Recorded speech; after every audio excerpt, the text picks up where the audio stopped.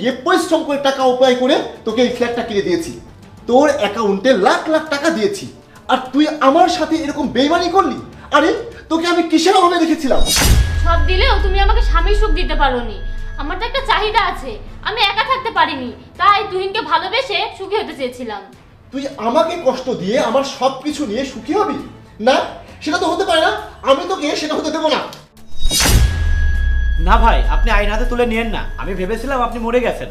আপনাকে মেরে ফেলার কারণে আমি অপুকে পুলিশের হাতে তুলে দিতে চেয়েছিলাম, তাই আমি পুলিশকে ফোন করে আসতে বলেছি।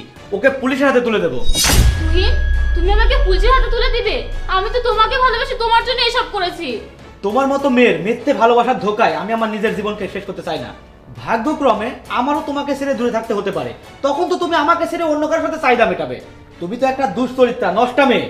যেই মেয়ে নিজের ভালোবেসে বিয়ে করার স্বামীকে ছেড়ে চলে যায়, সে যে আমাকে ছেড়ে যাবে না তার কি নিশ্চয়তা আছে? তোমার এমন শাস্তি হওয়া উচিত। আমাকে তোমরা ক্ষমা করে দাও, আমার জীবনটা এভাবে নষ্ট করে দিও না। আমি আর এই ভুল কোনোদিন করব না। তোমার মতো মেয়ের সাথে আমি আর এক মুহূর্ত সংসার করতে চাই না। এই, তুমি আমাকে ক্ষমা করো, আমার জীবনটা এভাবে নষ্ট হতে দিও না। পুলিশকে যেহেতু ফোন করা হয়েছে, এখন আর কোনো উপায় নেই। এখন যাও, পরে আমি তোমার কেস তুলে নেব। কিছুদিন শাস্তি ভোগ করে এসো, কিন্তু তোমাকে নিয়ে আমি আর কখনোই সংসার করব না।